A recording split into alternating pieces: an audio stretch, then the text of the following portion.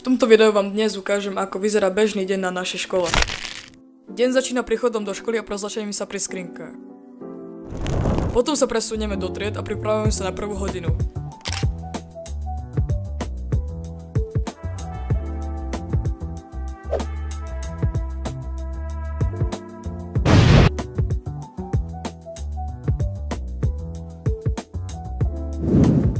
Prvá hodina je informatika, ktorú máme v počítačovej miestnosti.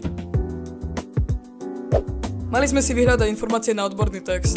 Bolo to dosť ľahké, takže som si moc nesťažoval. Ďalej na telesnej sme sa rozdelili na 3 skupiny. Jedna hrala volejbal, druhá bola v posilke a tretia plávala v bazéne.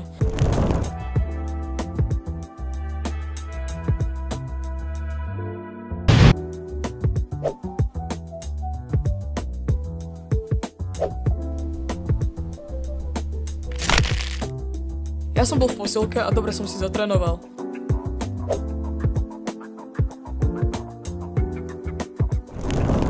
Počas veľkej prestávky robíme rôzne veci.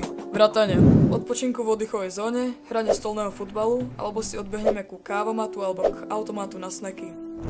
V fyzike sme robili praktickú aktivitu s elektrickými obvodmi. Takéto hodiny máme pomerne často, čo považujem za skvelé. Posledné 3 hodiny sme mali dejepis, nemčinu a matematiku, kde sme iba opakovali.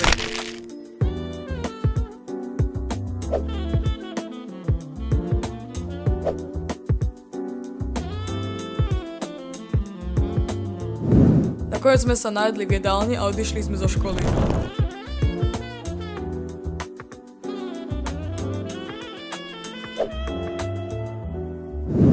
Na záver videa by som rád povedal nejaké plusy o našej škole. Plusy sú: naša škola je umiestnená 10. v rebríčku najlepších gymnázií na Slovensku. Prvé 4 roky máme maximálne iba 6 hodín. Sú tu milí učitelia, ktorí vedia učiť. Každá trieda má zabezpečenú interaktívnu tabuľu, notebook a skrinky pre osobné veci. A možnosť prestúpiť na nemecké bilingválne gymnázium bez prijímacích skúšiek. To je pre toto video všetko. Čaute!